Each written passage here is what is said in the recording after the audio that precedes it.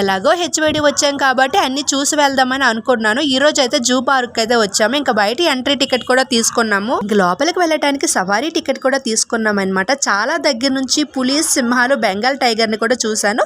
ఇంత దగ్గర నుంచి ఫస్ట్ టైం అయితే యానిమల్స్ అయితే చూస్తున్నాను అనమాట. చాలా హ్యాపీగా ఫీల్ అయ్యాను. జూలో సగం తిరిగమో లేదో బాగా ఆకలి వేసింది. ఇక్కడైతే నూడిల్స్ తీసుకున్నాము. 2 ప్లేట్స్ వచ్చేసి మా 4 మెంబర్స్ కి అయితే సరిపోయింది. తినేసాక జూ అంతా కూడా కవర్ చేసాము. ఇక్కడ ఎలుగుబంటి చూసారా, మనుషుల్లాగానే భలే నడుస్తుంది అనమాట.